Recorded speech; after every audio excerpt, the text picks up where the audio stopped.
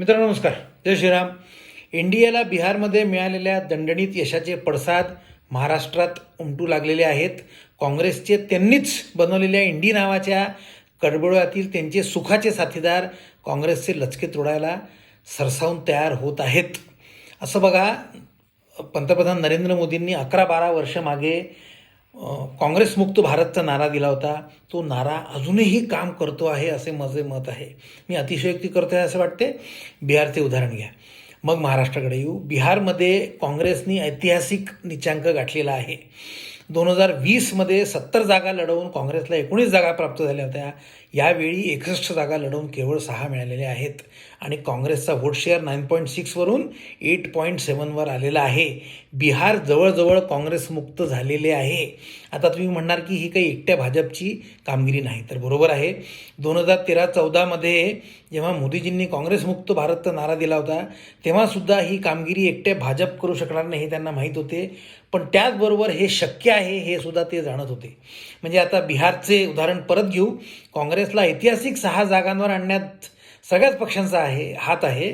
त्यात एनडीएमधील नितीश कुमाराचा जेडीयू जेवढा सामील आहे तेवढाच इंडिया आघाडीमधील काँग्रेसचा मित्रपक्ष आरजेडी सुद्धा आहे. 2014 आणि 2019मध्ये सार्वत्रिक निवडणुकांमध्ये जेव्हा काँग्रेस आजच्या बिहार निवडणुकांप्रमाणेच ऐतिहासिक निचांकावर आदळली होती 44 आणि 52, तेव्हा 543 पैकी भाजपला केवळ 282 जागा मिळाल्या होत्या. बाकी जवळजवळ 200 जागा काँग्रेसच्या इंडिया आघाडीमधील मित्रपक्षांनीच जिंकल्या होत्या. आता येऊ घातलेल्या स्थानिक स्वराज्य संस्थांच्या महाराष्ट्रातील निवडणुकांमध्ये सुद्धा काँग्रेसचा नवीन पक्ष उभाटा तेच करण्याच्या प्रयत्नात आहे.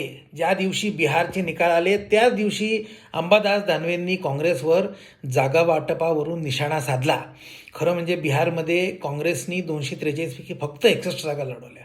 काँग्रेसनी अजून किती तडजोड करायची, पण उद्धव ठाकरे सुद्धा काँग्रेसनी तडजोड करावी, महाविकास आघाडीमध्ये राज ठाकरेंना घ्यावे आणि दोघं ठाकरे बंधूंना पाहिजे तशा जागा द्याव्या हीच अपेक्षा ठेवून आहेत.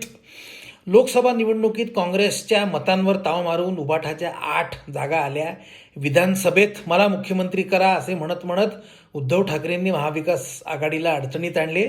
आता महानगरपालिकांच्या निवडणुकीत सुद्धा त्यांची काँग्रेसनी कुठलीही मागणी न करता फक्त मतांचा नजराणा पेश करावा हाच हट्ट आहे. माझा अंदाज आहे राहुल गांधी सध्या तरी या तडजोडीच्या मूडमध्ये दिसत नाहीत. बघू, घोडा मैदान जवळचा आहे. आज इथेच थांबतो.